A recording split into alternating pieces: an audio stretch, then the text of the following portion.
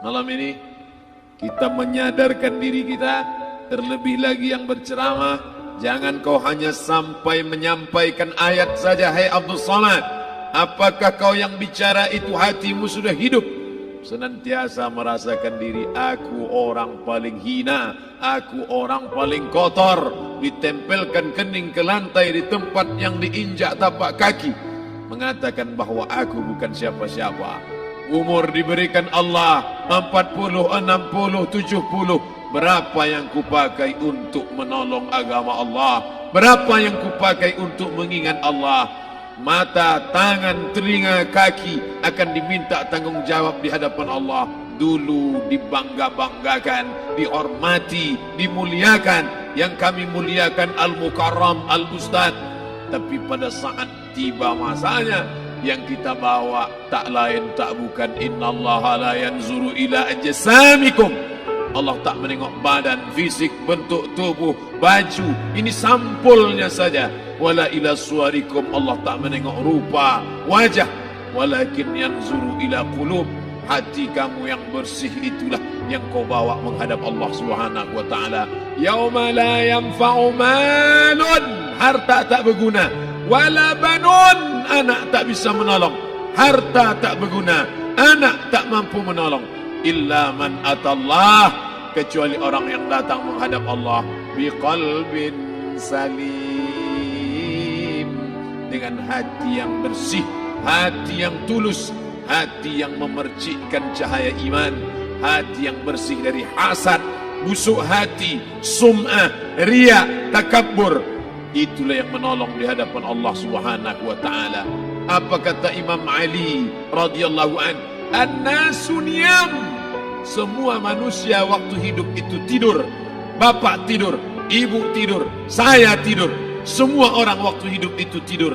Falamma matu, ketika dia mati, disitulah dia baru terjaga dari tidur panjang. Saat Israel mencabut nyawa, ditarikkan adalah satu centapan yang kuat. Disitulah kita baru terjaga dari tidur panjang. Betapa aku meninggalkan salat, betapa aku tak berzakat, betapa dulu kekuasaan.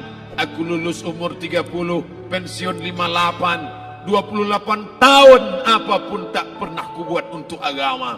Sibuk membesarkan anak, sibuk mengurus warisan. Anak pun tak ingat dengan kita, karena kita lupa menanamkan pendidikan agama di dalam otak kepalanya. Harta yang banyak tak sempat menolong agama Allah. Anak tunggal semata wayang tak sempat dididik agama. Istri meninggalkan dalam keadaan stres susah hatinya, karena dia tak diajarkan sabar menerima ridha ketetapan takdir Allah. Dan paling celaka, tak pernah anggota tubuh ini dipakai untuk berzikir, muhasabah, mengingat Allah. Tak pernah mata dipakai menengok Quran, kitab suci Allah. Tak pernah dipakai hati merenung sejenak, apa yang akan kubawa mati menghadap Allah Subhanahu wa taala. Abdul Somad dari dalam tanah naik ke atas tanah, ceramah, masuk balik ke dalam tanah. Yang kau bawa apa? Baju koko tinggal, peci tinggal, pakaian kehormatan tinggal. Yang kau bawa kain tidak berjahit, disobek, kerak.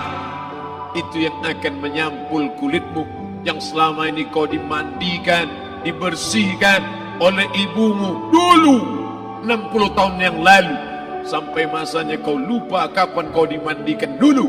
Sekarang ruh melihat, disebut dia ruh karena dia raha ya ruhu ruh, seperti aroma semerbak yang datang pergi hinggap. Ruh sampai masanya dia datang masuk ke dalam jasad. Ruh sampai masanya dia pergi meninggalkan jasad.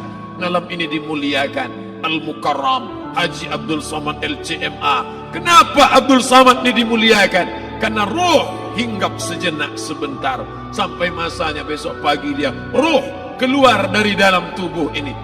Anak yang katanya ayahku sayang, istri katanya kaulah abang, sampai masanya mereka tak lagi mau mendekat. Rumah itu saya yang buat, saya yang mengukurnya. Tapi begitu ruh sudah keluar dari badan, tidak satu pun semeter, sesenti, sejengkal, sehasta ada tempat di rumah itu untuk jenazah bernama jenazah Abdul Somad. Mana kawan, sahabat, andai tolan, anak menantu, teman sekantor, semuanya pergi meninggalkan. Yang tetap dibawa, kalau pernah kaki melangkah salat berjamaah di masjid, kalau pernah tangan mengusap kepala anak yatim, kalau pernah tangan mengucap subhanallah. Nanti di akhir tausiah kita akan berzikir, munajat, muhasabah diri, berdoa, mengenang apa yang akan kita bawa menghadap Allah Subhanahu wa taala. Datang malaikat membawa kain kafan dari cahaya, akan menyambut ruh yang mulia.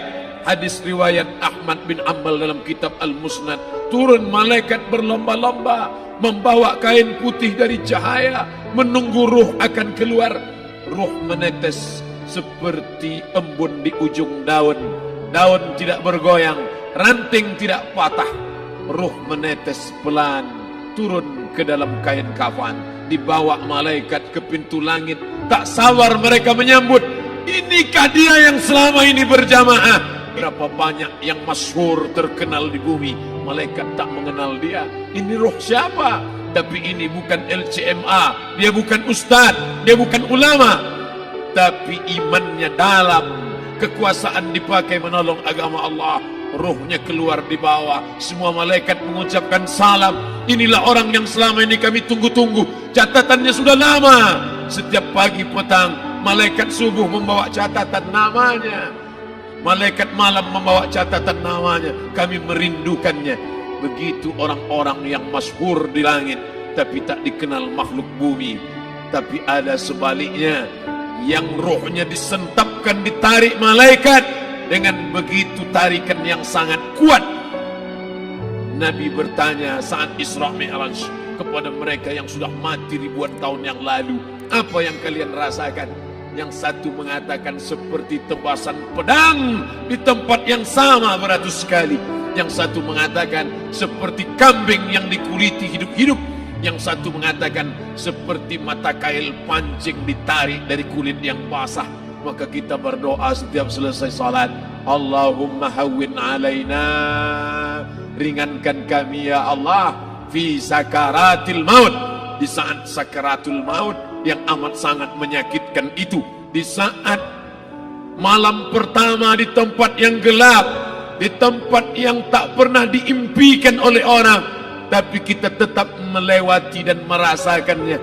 Perlahan-lahan cacing tanah, ular-ulat kalajengking akan menggerogoti kulit yang selama ini dimandikan, selama ini dipakaikan sampo yang mahal, selama ini dioleskan pelembab yang lembut. Tapi ternyata sebelum roh keluar jasad, setelah keluar dia hanya akan menjadi santapan cacing tanah, hancur berkeping hari demi hari.